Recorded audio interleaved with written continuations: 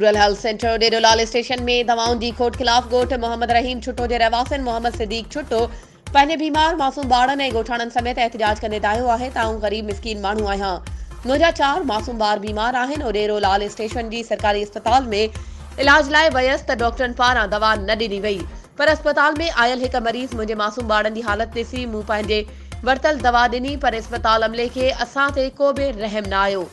हुन chief secretary Sindh ऐं सिहत जे निगरान सूबाई वज़ीर खां मुतालबो कयो आहे त रूरल हेल्थ सेंटर और डेरोलाल स्टेशन पारां मनपसंद माण्हुनि खे दवाऊं ॾियण जो नोटिस वठी असां ग़रीब मिसकीन माण्हुनि खे बि सिहत जूं सहूलियतूं फ़राहम कयूं वञनि।